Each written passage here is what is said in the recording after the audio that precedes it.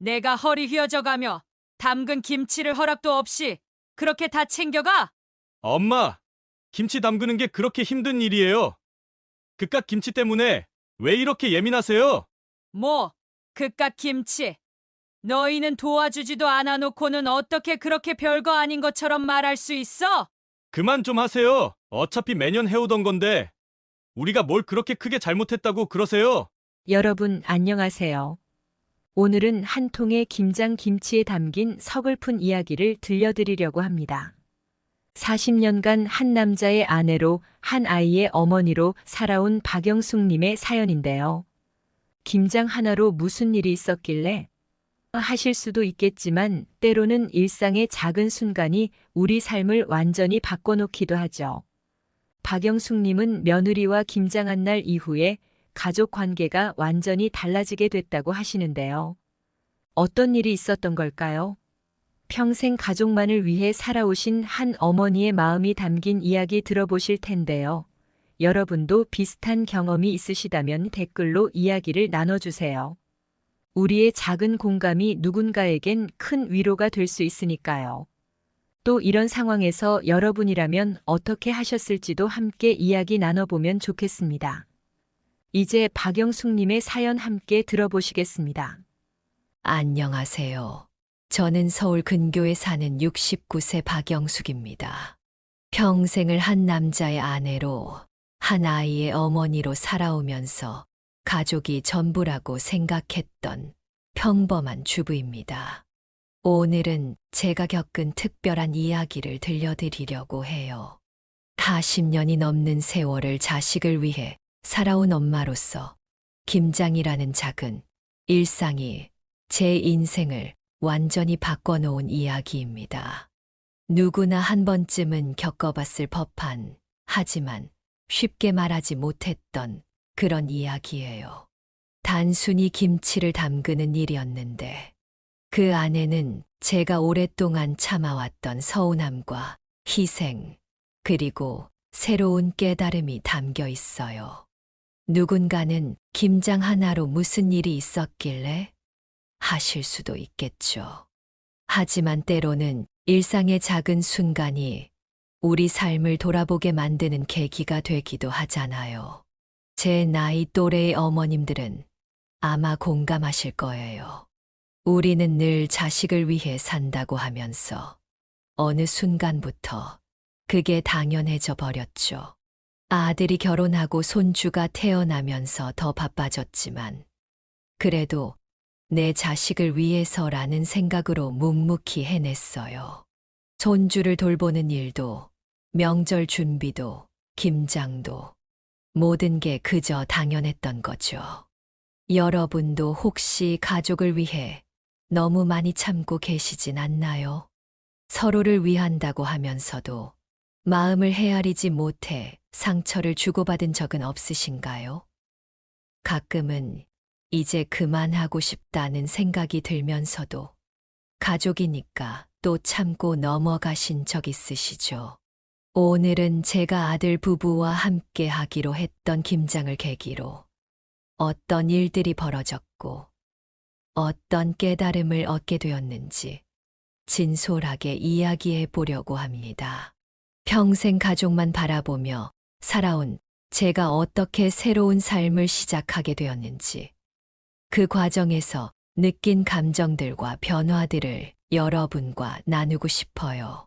특히 저처럼 자식을 위해 헌신하시는 어머님들, 혹은 부모님의 희생을 당연하게 여기셨던 자녀분들께 이 이야기가 작은 깨달음이 되었으면 좋겠습니다. 가족이라는 이름으로 서로를 아프게 하지 않고 진정한 이해와 배려로 관계를 만들어가는 방법을 함께 고민해보는 시간이 되길 바래요. 댓글로 여러분의 이야기도 들려주시면 좋겠어요. 서로의 경험을 나누다 보면 우리 모두에게 작은 위로가 될 수 있을 거예요. 그리고 저에겐 여러분의 응원이 정말 큰 힘이 된답니다. 자, 이제 제 이야기를 시작해 보겠습니다. 지난 김장철에 있었던 일부터 차근차근 들려드리도록 하겠습니다. 저희 가족 이야기를 하기 전에 제가 어떤 삶을 살아왔는지 먼저 말씀드릴게요. 저는 서울 근교에서 평생을 살아온 평범한 주부입니다. 남편 창석 씨와는 40년이 넘는 세월을 함께 했어요. 남편은 공무원으로 일하다 정년퇴직하고 지금은 연금으로 여유롭게 지내고 있죠. 젊었을 때는 저도 작은 가게에서 일했어요. 결혼하기 전까지는 제 꿈도 있었고 하고 싶은 일도 많았죠. 하지만 결혼하고 아들 민재를 낳고 나서는 모든 게 달라졌어요. 온 정성을 다해 아이를 키우는 게 제 인생의 전부가 되었달까요? 민재가 어렸을 때는 정말 힘들었어요. 남편 월급이 넉넉지 않아서 애들 학원비 대느라 제가 반찬 가게에서 아르바이트도 했어요. 민재가 아플 때면 밤새 머리맡에서 눈도 못 붙이기도 했고요. 지금 생각해도 그때는 참 힘들었죠. 하지만 그래도 내 사랑하는 아들이니깐 하면서 버텼어요. 다행히 민재는 잘 자랐고 좋은 직장도 얻었어요. 5년 전에는 수진이라는 착한 며느리도 얻었죠. 수진이는 첫 만남부터 참 마음에 들었어요. 밝고 싹싹하고 시어머니인 저를 친엄마처럼 편하게 대해줬거든요. 그래서 결혼도 흔쾌히 허락했죠. 결혼하고 1년 만에 첫 손주가 태어났을 때는 정말 하늘을 날 것 같았어요. 아들 키울 때는 몰랐는데 손주는 또 다른 기쁨이더라고요. 민재 부부가 맞벌이라 바빠서 손주를 많이 봐줬는데 처음에는 정말 행복했어요. 이렇게 귀여운 손주와 함께 있다니 하면서요. 하지만 시간이 지날수록 점점 힘들어지기 시작했어요. 나이가 들수록 체력이 달리는 건 어쩔 수 없나 봐요. 특히 둘째 임신 소식이 들려온 후로는 더 자주 손주를 맡게 됐죠. 어린이집 방학 되면 일주일씩 저희 집에서 지내고 낮에는 놀아주고 밤에는 재워야 하고 남편과 제가 번갈아 가며 돌봤지만 육체적으로나 정신적으로나 많이 지쳤어요. 그래도 처음에는 우리 자식 잘 되라고 하는 거지 하면서 참았어요. 민재나 수진이가 가끔 고맙다고 할 때면 그래도 이 정도는 해줄 수 있지 하면서 스스로를 다독였죠. 하지만 점점 더 많은 것들이 당연해지는 게 느껴졌어요. 작년에는 처음으로 허리 통증이 심해져서 평생 해오던 김장을 쉬었어요. 40년 넘게 한 번도 거르지 않았던 김장을 쉬니까 몸은 편했지만 마음이 허전하더라고요. 이제 정말 나이가 들었구나 하는 생각도 들고 뭔가 제가 해오던 일을 못하게 된 것 같아 서글픈 마음도 들었어요. 그런데 올해는 달랐어요. 며느리 수진이가 직접 전화를 했거든요. 임신 중이라 힘들지만 꼭 저와 함께 김장을 하고 제 김치가 먹고 싶다면서요. 그 애원하는 목소리를 듣자니 마음이 약해지더라고요. 제게 김장은 단순한 음식 만들기가 아니라 가족을 위한 큰 일이었으니까요. 남편도 그래, 우리가 도와주자 하고 그렇게 다시 김장을 하기로 결심했죠. 며칠 전에는 제 오랜 친구 강선자가 찾아왔어요. 매년 김장철마다 서로 도와가며 지냈던 친구인데 올해는 건강이 안 좋아서 쉬어야 한다고 하더라고요. 저보고도 영수가 이번엔 무리하지 말고 아들네가 알아서 하게 해. 내 몸도 생각해야지 하고 조언해줬어요. 하지만 그때는 그 말이 귀에 들어오지 않았어요. 제 마음은 이미 김장을 향해 달려가고 있었으니까요. 김장날 새벽, 저는 어느 때보다도 설렜어요. 며느리가 재료 준비를 맡겠다고 했고, 함께 하자고 했으니까요. 아, 이제는 정말 가족이 하나가 되는구나 하는 생각에 마음이 따뜻했죠. 평소 같았으면 전날부터 절임 배추 준비하느라 바빴을 텐데, 이번엔 조금 여유가 있어서 좋더라고요. 마음 한편에서는 이렇게 편해도 되나 하는 생각도 들었지만, 시대가 변했으니 이런 것도 좋겠다 싶었죠. 하지만 그날은 제 기대가 너무 컸던 걸까요? 오전 10시, 며느리, 친정 부모님이 트럭을 몰고 오셨어요. 보자마자 느낌이 안 좋더라고요. 얼굴에 웃음기도 없고 마치 짐 부리러 온 것처럼 서둘러서 재료들을 내리시는 거예요. 그러더니 이런 말씀을 하시는 거예요. 저희는 도와드리지는 못해요. 재료만 준비해서 갖다 드리기로 했어요. 바빠서요. 마치 귀찮은 일을 하는 것처럼 말씀하시는데 순간 정말 황당하더라고요. 사돈을 대하는 태도가 이래도 되나? 서운하기도 하고 기분도 나빴지만 그래도 참았죠. 바쁘실 수도 있지. 요즘 세상이 다 그렇지. 하면서요. 그런데 그게 시작이었어요. 11시가 다 되어서야 민재와 수진이가 나타났어요. 그것도 제가 전화를 3번이나 해서요. 며느리는 들어오자마자 소파에 털썩 주저앉더니 어휴, 피곤해요. 라고 하더라고요. 임신 중이니 이해는 했어요. 그래도 조금이라도 도와주려는 마음은 있어야 하는 거 아닌가요? 양념 좀 하다가 쉬겠다는데 뭐라고 하겠어요. 하지만 제 아들 민재가 하는 말과 행동에 정말 서글펐어요. 엄마, 난 이런 거 잘 못하잖아. 그냥 아버지랑 해요. 나 이런 거 하면 오히려 방해될 것 같아. 이렇게 말하고는 며느리 옆에 앉아서 귤이나 까먹더라고요.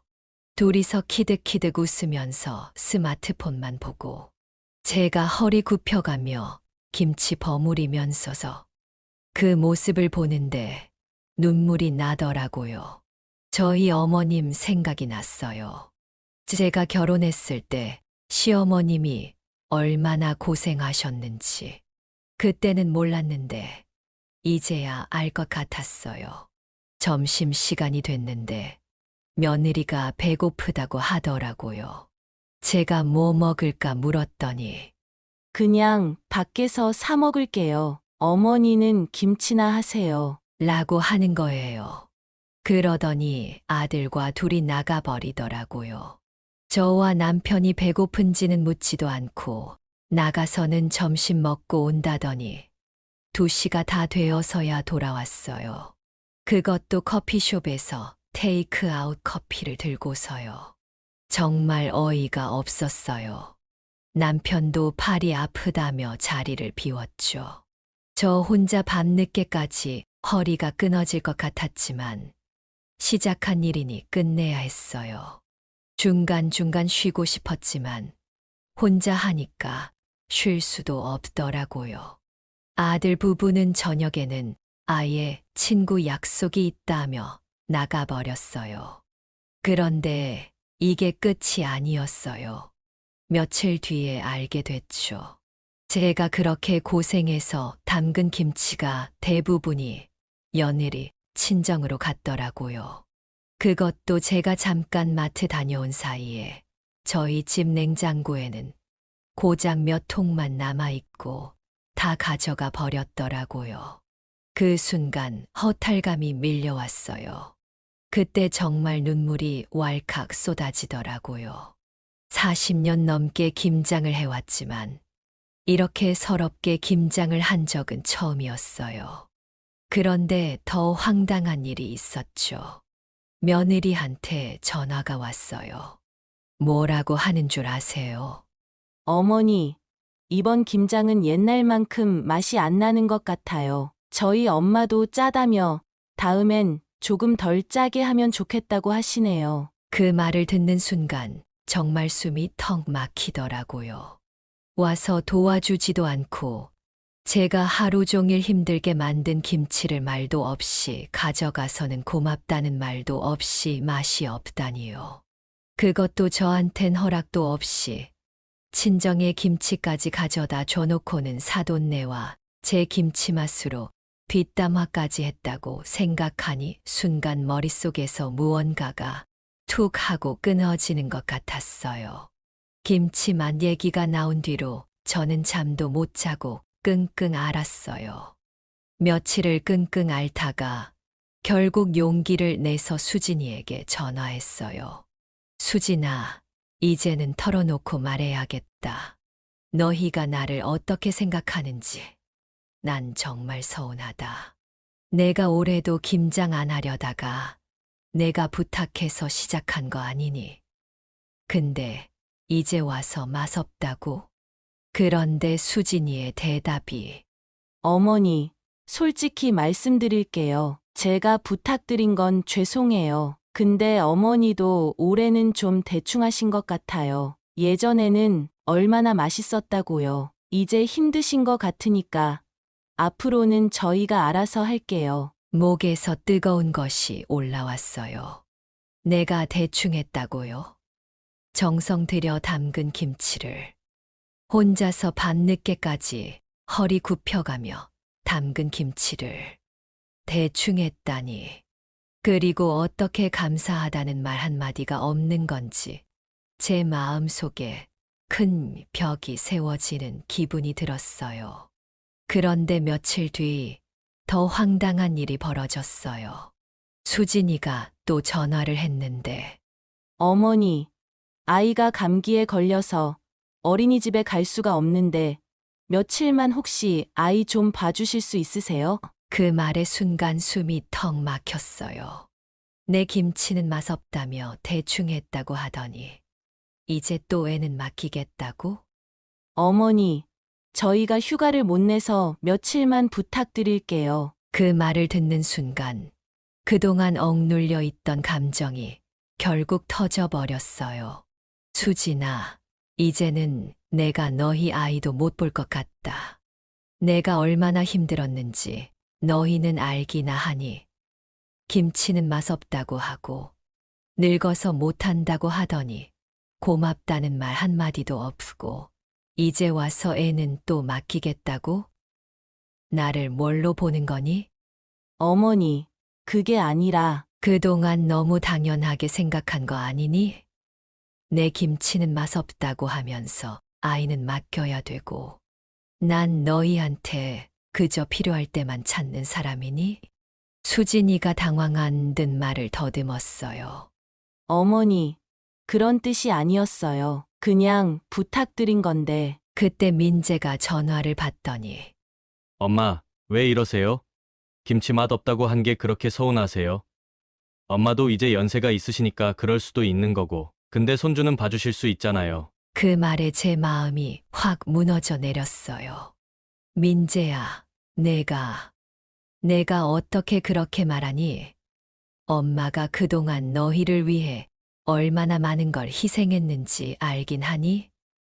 너희는 부탁이라고 하지만 나는 당연한 의무처럼 느껴져.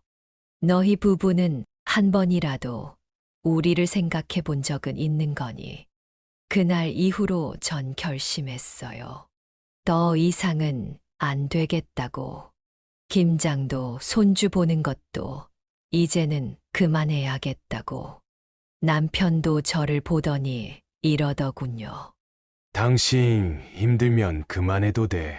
이제는 우리 인생도 생각할 때야. 자식 잘 되라고 희생하는 것도 정도가 있는 거지. 그 말을 듣는데 갑자기 지난 40년이 스쳐 지나가더라고요. 제가 얼마나 많은 걸 참아왔는지, 얼마나 많은 걸 포기했는지, 그리고 그 모든 게 당연하게 여겨졌다는 게 너무나 서글펐어요. 하지만 이제는 더 이상 참을 수 없을 것 같았어요. 가슴 속에서 무언가가 끓어오르는 게 느껴졌죠. 이제는 정말 제 마음을 터놓아야 할 때가 온 것 같았습니다. 더 이상은 참을 수 없었어요. 그날 아침 아들한테 전화를 걸었죠. 민재야, 엄마가 할 말이 있어. 집으로 좀 와줄래? 전화를 받은 민재의 목소리가 불안해 보였어요. 아마도 제 목소리가 평소와는 달랐나 봐요. 아들이 도착하고 얼마 지나지 않아 수진이도 왔어요. 둘 다 어색한 표정으로 소파에 앉더군요. 잠시 침묵이 흘렀어요. 제가 먼저 입을 열었죠. 민재야, 수진아. 엄마가 이제는 더 이상 참을 수가 없구나. 내가 40년 넘게 담가온 김치. 옛날엔 그렇게 좋아하던 김치 이제는 내가 늙어서 맛도 없다고. 늙은 엄마한테 손주는 봐달라고 하면서 목소리가 떨리기 시작했어요. 내가 언제부터였을까 너희한테 이렇게 무시당하게 된 게. 내가 너무 너희를 위하다 보니 이렇게 된 걸까. 민재가 끼어들었어요. 엄마, 우리가 잘못했어요. 미안해요. 하지만 이번에는 달랐어요. 그동안 참아왔던 모든 감정이 터져 나왔거든요. 미안하다고. 그럼 됐니? 엄마가 평생 너 키우느라 얼마나 희생했는지 알아? 내가 어릴 때 아프다고 하면 밤새 간호하고 학원비 대느라 반찬 가게에서 일하고 그렇게 키운 내 아들이 이제는 나를 뭘로 생각하는 거니? 수진이가 울면서 말했어요. 어머니, 저희가 정말 잘못했어요. 제가 너무 이기적이었어요. 어머니 김치가 맛있어서 부탁드렸는데 힘드실 텐데도 부탁드리고는 맛이 없다느니 제가 너무 못됐죠. 수진아, 그게 아니야. 김치 맛이 문제가 아니라 너희가 나를 어떻게 생각하는지 그게 더 서운한 거야. 내가 늙어서 맛없는 김치나 담그고 손주나 봐주는 그런 사람으로만 보이는 게 서러운 거야. 민재가 갑자기 무릎을 꿇더니 울면서 말했어요. 엄마, 제가 정말 못난 아들이에요. 엄마 마음도 몰라주고, 엄마가 얼마나 힘드셨을지도 생각 못하고, 죄송해요. 엄마, 그 모습을 보니 갑자기 제 마음도 복잡해지더군요. 하지만 이번에는 달랐어요. 민재야, 엄마도 이제는 조금 달라져야 할 것 같아. 너희를 위해 희생하는 게 당연하다고 생각했던 게 그게 잘못이었나 봐. 이제는 엄마도 엄마의 삶을 살아야겠어. 수진이가 조심스럽게 물었어요. 어머니, 그럼 저희와 거리를 두시겠다는 건가요? 그건 아니야. 하지만 이제는 서로를 조금 다르게 봐야 할 것 같아. 나도 한 사람이고 너희도 한 사람이야. 서로 존중하면서 그렇게 지내고 싶어. 남편이 조용히 거들었어요. 민재야, 수진아, 이제 너희도 알겠지. 부모도 다 인생이 있는 거야. 우리도 이제는 우리 인생을 살아야 하지 않겠니? 그날 이후로 많은 게 달라졌어요. 아들 부부는 더 이상 당연하게 뭔가를 요구하지 않았고, 저도 더 이상 무조건적인 희생을 하지 않게 됐죠. 처음에는 어색했어요. 손주도 보고 싶고, 아들 며느리 걱정도 되고 하지만, 이제는 달라요. 가끔 보는 손주가 더 예쁘고, 가끔 하는 김장이 더 의미 있어요. 어느 날, 민재가 조심스럽게 찾아왔어요. 엄마, 수진이가 이번에도 김장하려고 하는데, 엄마 도움 없이는 못할 것 같아서요. 예전 같았으면 바로 그래, 내가 해줄게 했을 텐데, 이번에는 달랐어요. 민재야, 엄마가 김치 담그는 법은 알려줄 수 있어. 하지만 이번엔 수진이가 직접 해봤으면 좋겠다. 엄마도 처음부터 잘한 게 아니었어. 실수도 하고 실패도 하면서 배웠지. 민재의 눈이 동그래졌어요. 엄마, 그래도 아들아, 이제는 너희가 너희만의 방식으로 살아가야 할 때야. 엄마는 옆에서 조언은 해줄 수 있어. 하지만 더 이상 대신해 주지는 않을 거야. 그렇게 말하고 나니 제 마음이 한결 가벼워지더군요. 이제야 제가 진정한 부모가 된 것 같았어요. 자식을 놓아주는 것, 그것도 부모의 역할이라는 걸 깨달았거든요. 얼마 후에는 수진이가 찾아왔어요. 혼자서요. 어머니, 김치 담그는 거 배우러 왔어요. 이제는 제가 직접 해볼게요. 그 말을 듣는 순간 제 눈시울이 뜨거워졌어요. 하지만 이번에는 서러워서가 아니었죠. 그래, 수진아. 엄마가 하나하나 다 알려줄게. 내가 이렇게 배우고 싶어 하니 얼마나 기쁜지 몰라. 그렇게 우리는 새로운 관계를 만들어 갔어요. 더 이상 일방적인 희생이나 요구가 아닌 서로를 이해하고 존중하는 관계로요. 얼마 전에는 수진이가 직접 담근 김치를 가져왔어요.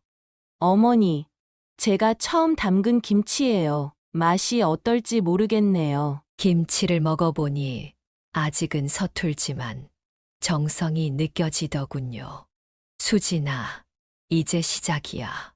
앞으로 더 맛있는 김치 담그게 될 거야. 그 말을 하는데 문득 우리 어머님 생각이 났어요. 예전에 저도 이렇게 서툴게 시작했었죠. 그때 어머님도 이런 마음이셨을까요? 이제는 알 것 같아요. 가족의 의미가 서로에 대한 존중 없이는 진정한 사랑도 없다는 걸요. 김치 한 통으로 시작된 이 변화가 우리 가족을 더 단단하게 만들어 주었다는 게 참 신기해요. 요즘은 김장철만 되면 그때 일이 떠올라요. 하지만 이제는 마음이 무겁지 않아요. 오히려 그때 그 일이 있었기에 우리 가족이 더 단단해졌다는 생각이 들어요. 며느리는 이제 제법 김치도 잘 담가요. 가끔 저한테 전화했어서 어머니, 이번엔 물을 얼마나 넣을까요? 하고 물어보기도 하죠. 그럴 때마다 예전처럼 내가 해줄게 하는 대신 차근차근 설명해주고 있어요. 실수해도 괜찮다고 그렇게 하나씩 배워가는 거라고요. 손주도 이제 더 자주 보게 됐어요. 전처럼 매일 보는 건 아니지만 한 달에 2-번. 그래서 더 소중하고 기쁜 것 같아요. 손주가 올 때면 제가 담근 김치를 먹고 할머니 김치가 최고야 하는데 그 말이 이제는 정말 기쁘게 들려요. 예전처럼 부담스럽지 않거든요. 무엇보다 남편과 보내는 시간이 늘었어요. 젊었을 때는 생각도 못했던 여행도 다니고 동네 등산도 다니고 우리도 이제야 신혼 같은 느낌이 든다며 남편이 농담을 하네요. 제 사연을 여기서라도 이렇게 말씀드리고 나니 마음이 한결 가벼워진 것 같아요. 혹시 저처럼 비슷한 고민을 하고 계신 분들이 계시다면 부모라고 해서 시부모라고 해서 무조건 참고 희생해야 하는 건 아니라는 걸 말씀드리고 싶어요. 진정한 가족은 서로를 있는 그대로 인정하고 존중하는 거예요. 김치 하나로 시작된 이 깨달음이 제 인생의 가장 큰 전환점이 되었네요. 이제는 아들, 며느리와 마주 앉아 웃으며 이야기할 수 있어요. 그때 왜 그렇게 서운했는지, 왜 그렇게 힘들었는지, 서로의 마음을 더 잘 이해하게 된 것 같아요. 여러분의 가정에도 이런 이해와 존중이 가득하기를 바랍니다. 긴 이야기 들어주셔서 감사해요. 오늘 박영숙님의 이야기 어떠셨나요? 한 통의 김치가 가족의 관계를 바꿔놓을 수 있다니 우리의 일상이 얼마나 소중한지 다시 한번 생각하게 되네요. 어쩌면 지금 이 순간에도 비슷한 마음으로 힘들어 하시는 부모님들이 계실 거예요. 단순히 김치를 담그는 일이 아니라 그 안에 담긴 사랑과 정성, 그리고 서운함까지. 우리 부모님들의 마음이 이렇게 깊은데 우리는 얼마나 알고 있었을까요? 오늘 밤 여러분의 이야기도 댓글로 들려주세요. 비슷한 경험이 있으신 분들, 지금 이런 고민하고 계신 분들, 서로의 이야기를 나누다 보면 작은 위로가 될 수 있을 것 같아요. 다음 시간에도 새로운 사연으로 찾아뵙겠습니다. 오늘도 시청해 주셔서 감사합니다.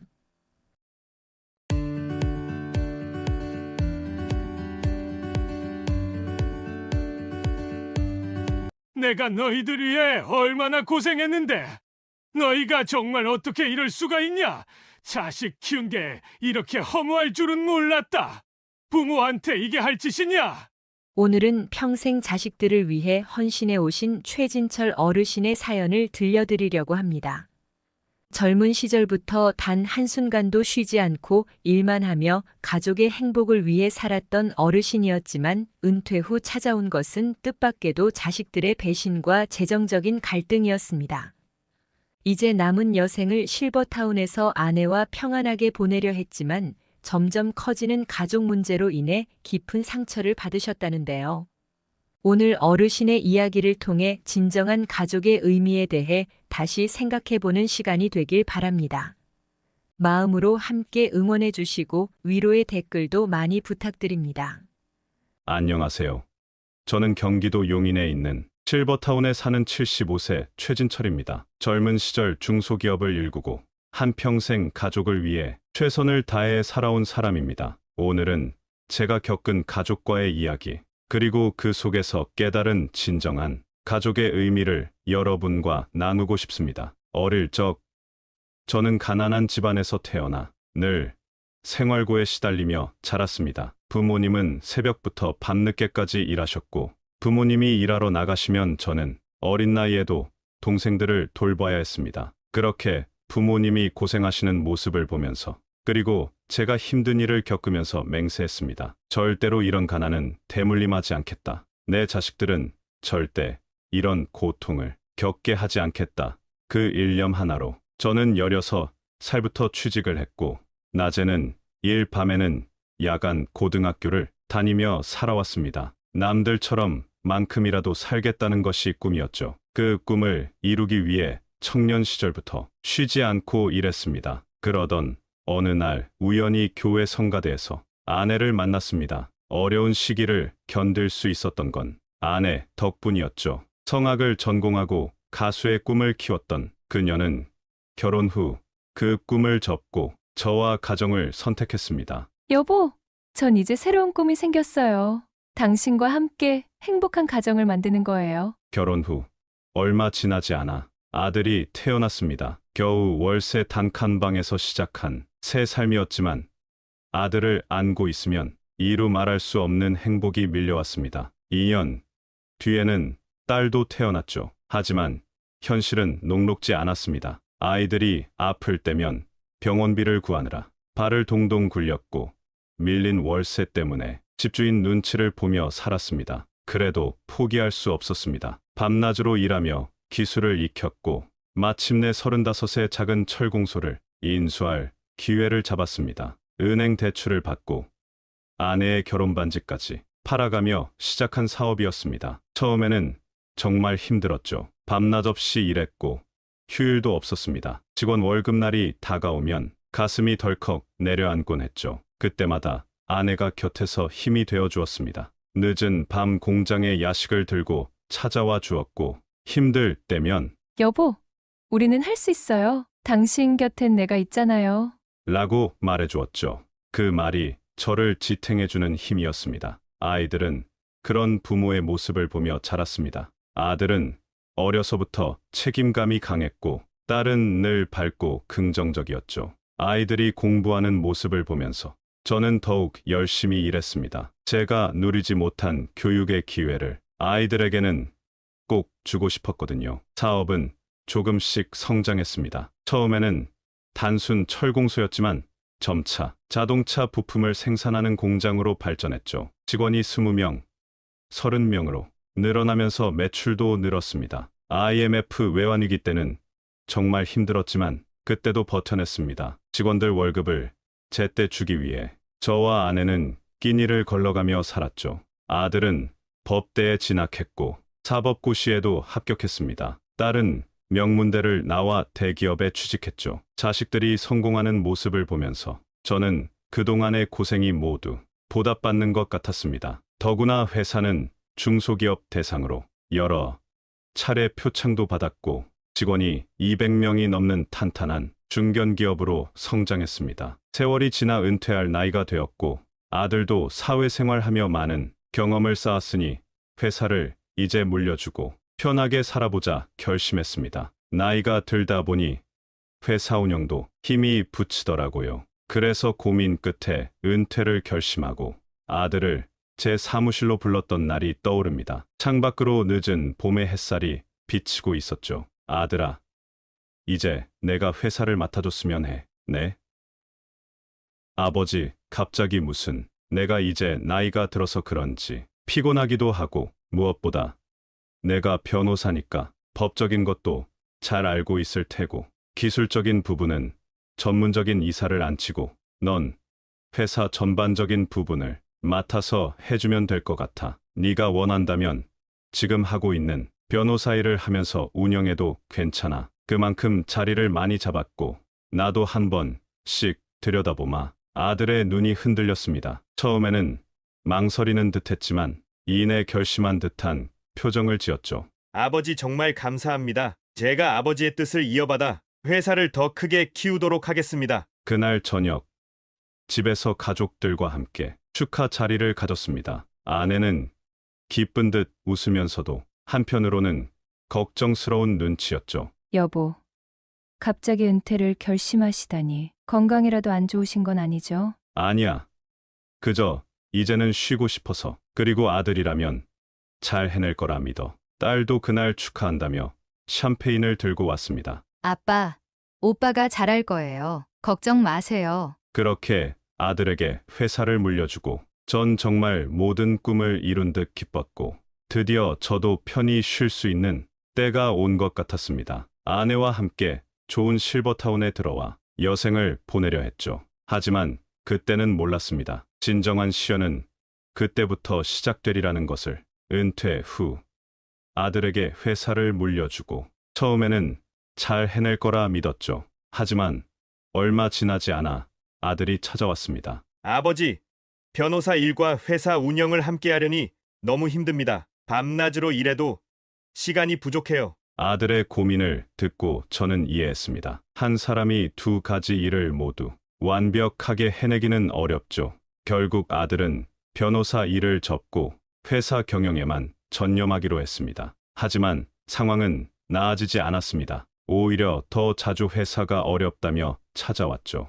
아버지, 거래처들이 자꾸 단가 인하를 요구해서 직원들 월급 주기도 빠듯해요. 원자재 가격이 올라서 수익이 너무 떨어졌어요. 이러다 회사가 무너질 것 같습니다. 매번 회사 운영이 어렵다는 아들의 하소연을 들으며 마음이 아팠습니다. 제가 평생 일구어온 회사인데 이대로 망하게 할 순 없었죠. 생각해보면 법만 알지 경영 쪽은 모를 수도 있겠구나 생각했습니다. 그래서 제가 좀 도와줘야겠다 생각해 회사에 나갔고 장부를 보게 되었습니다. 그런데 이상한 점을 발견했죠. 대규모 자금이 계속해서 개인 계좌로 빠져나가고 있었던 겁니다. 조금 더 자세히 들여다보니 아들이 회사 자금을 마치 자신의 개인 계좌처럼 사용하고 있더군요. 아들을 불러 어떻게 된 일인지 물었습니다. 아버지 죄송해요.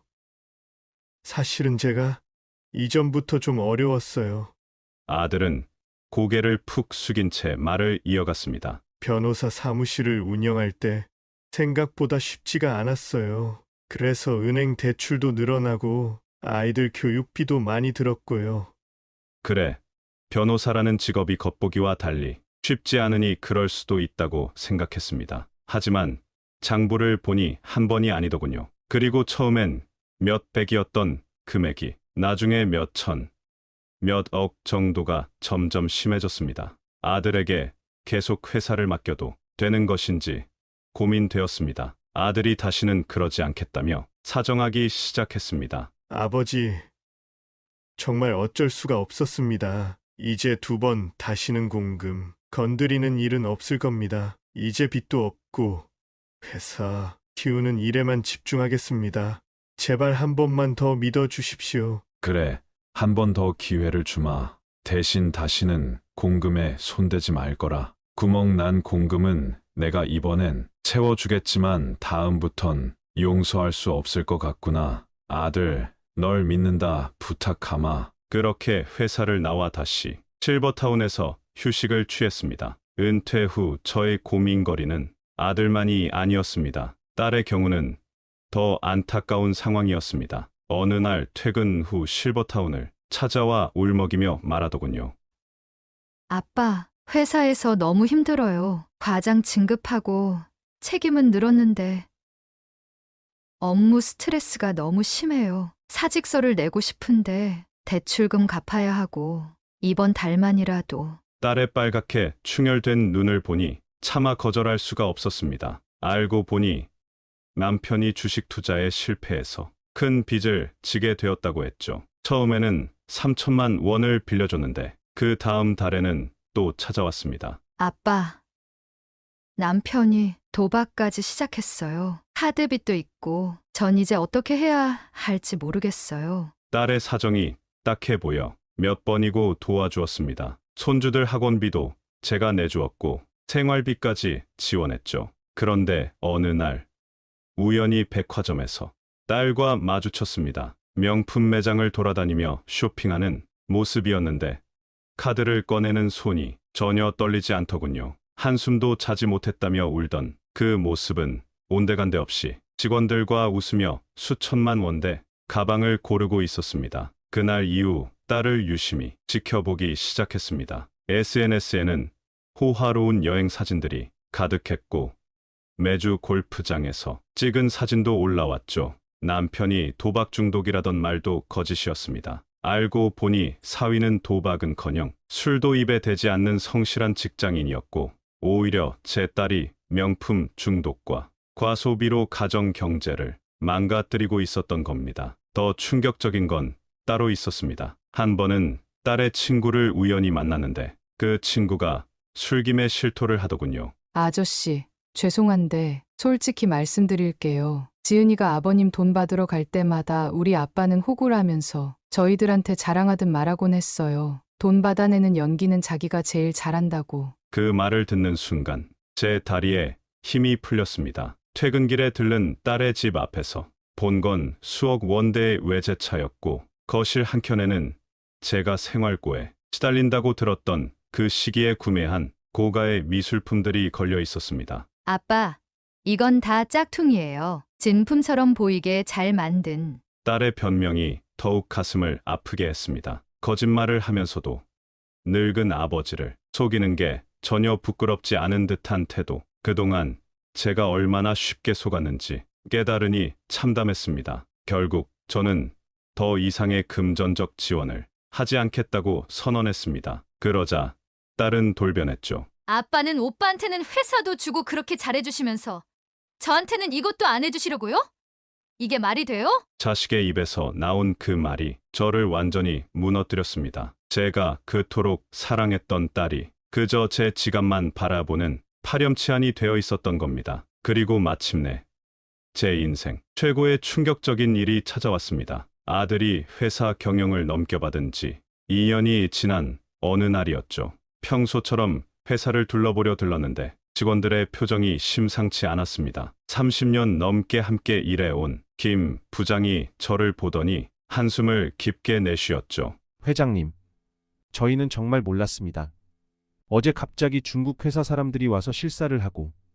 가슴이 덜컥 내려앉았습니다. 아들을 찾아가 보니 이미 계약서에 도장까지 찍혀 있었습니다. 아버지, 제가 설명드리려고 했어요. 중국 H그룹에서 좋은 조건을 제시했거든요. 기술력도 인정받았고 매각 대금도 꽤 괜찮아요. 그래서 한마디 상의도 없이 이런 결정을 내렸단 말이냐? 아버지, 이제는 제 회사 아닌가요? 아버지가 물려주신 거잖아요. 게다가 중소기업으로는 더 이상 버티기 힘들어요. 대기업들이 단가 인하 요구하고 원자재 값은 오르고 이게 최선이었다고요. 아들은 마치 남의 회사 이야기하듯 담담하게 말했습니다. 제가 평생을 바쳐 일군 회사인데 100여 명의 직원들과 그 가족들의 생계가 달린 이 회사를 그저 물건 팔듯 매각해버린 겁니다. 직원들은 어떻게 되는 거냐? 아, 걱정 마세요. 일단은 고용 승계된대요. 6개월 동안만요. 6개월이라고? 그때 옆에서 울음소리가 들렸습니다. 30년 전 20살에 입사해서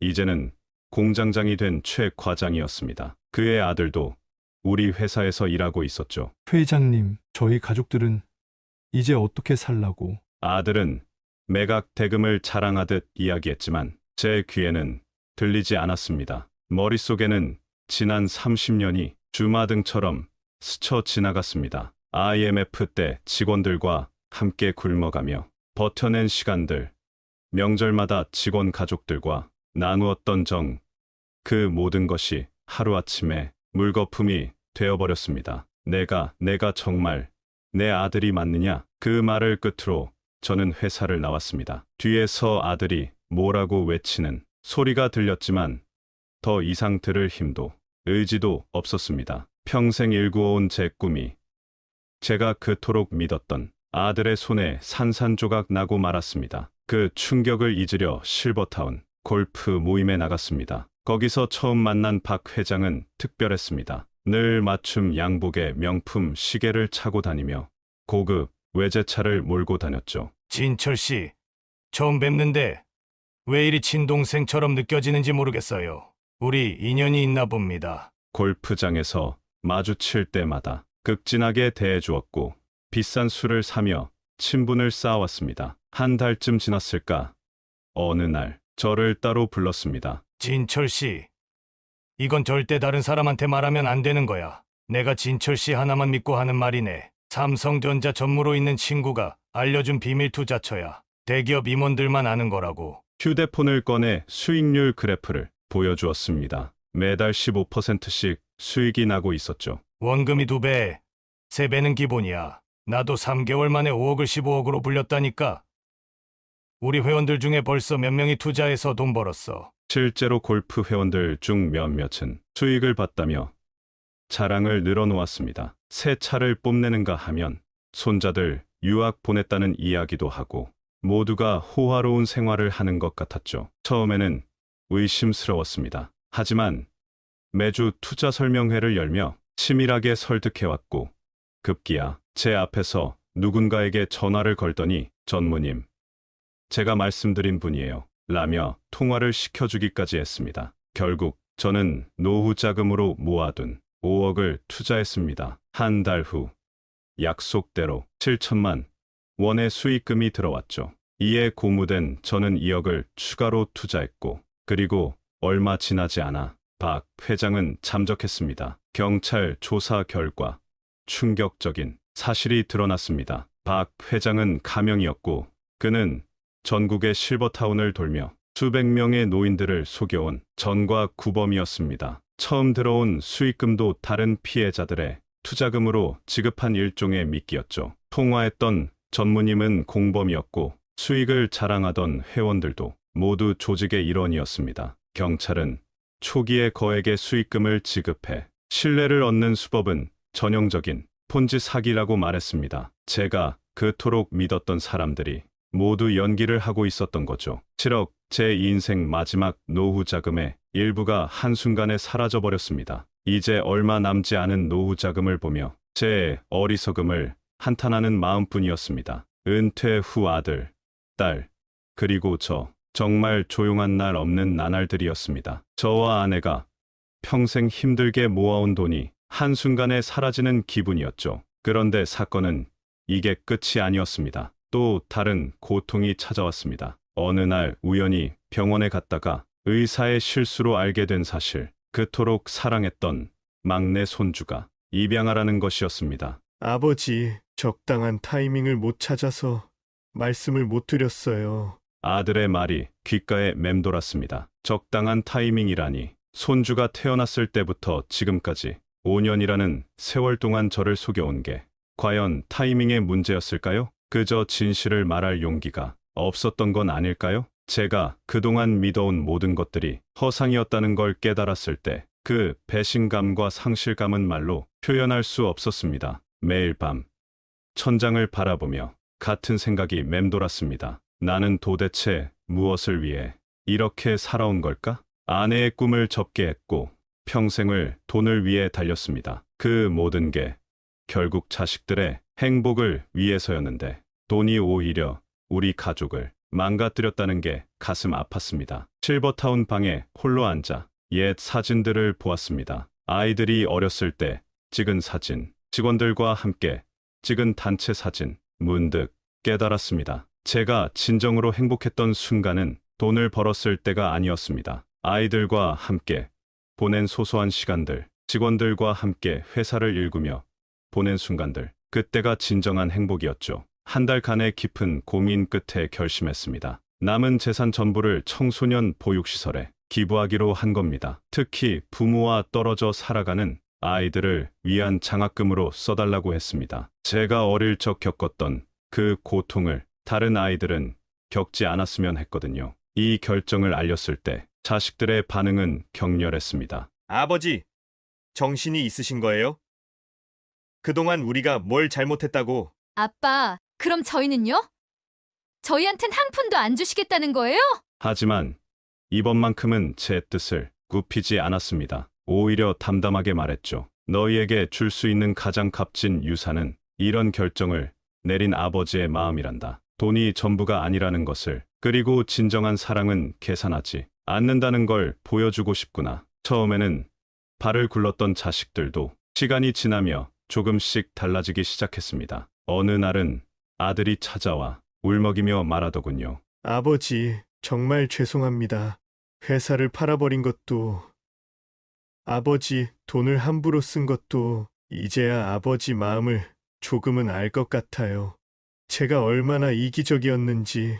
딸도 변화하기 시작했습니다. 봉사활동을 시작했다면서 보육원 아이들과 찍은 사진을 보여주더군요. 아빠, 처음으로 제가 가진 것에 감사하다는 걸 느꼈어요. 그동안 전 항상 부족하다고만 생각했는데. 가족 관계는 천천히 하지만 확실히 회복되어 갔습니다. 이제는 돈 이야기 대신 서로의 일상과 고민을 나누는 대화가 많아졌습니다. 손주들도 할아버지가 왜 그런 결정을 했는지 이해하게 되었다고 하더군요. 보육원 아이들과 만나는 시간도 늘었습니다. 그들과 이야기를 나누다 보면 제 어린 시절이 떠오르곤 합니다. 그들의 눈빛에서 저의 과거와 희망찬 미래를 동시에 봅니다. 이제야 깨달았습니다. 가족이란 건 서로에게 짐이 되는 관계가 아닙니다. 함께 성장하고 서로를 이해하고 존중하는 관계여야 하죠. 돈으로 맺어진 관계는 결국 돈이 닿으면 끝나버립니다. 하지만 진정한 사랑과 이해로 맺어진 관계는 영원히 지속됩니다. 제 인생 75년 돈을 쫓다가 놓친 것도 많지만 이제라도 이런 깨달음을 얻은 것에 감사합니다. 여러분도 돈에 얽매이지 말고 진정한 행복이 무엇인지 생각해 보셨으면 좋겠습니다. 시청자 여러분, 인생은 결국 무엇을 남기느냐에 달려있는 것 같습니다. 돈일까요? 사랑일까요? 아니면 또 다른 무엇일까요? 여러분이라면 이런 상황에서 어떤 선택을 하셨을까요? 댓글로 여러분의 생각을 들려주시면 감사하겠습니다. 오늘 제 이야기가 여러분께 작은 위로와 깨달음이 되었기를 바랍니다. 오늘 이야기 어떠셨나요? 어머님, 아버님들도 힘든 순간들, 답답한 순간들, 지금 이 이야기의 생각들 모두 댓글로 털어놓고 가세요. 함께 공유하며 서로 힘을 더해 따뜻한 정을 나눌 수 있는 공간이 되겠습니다. 다음 이야기로 찾아뵙겠습니다. 감사합니다.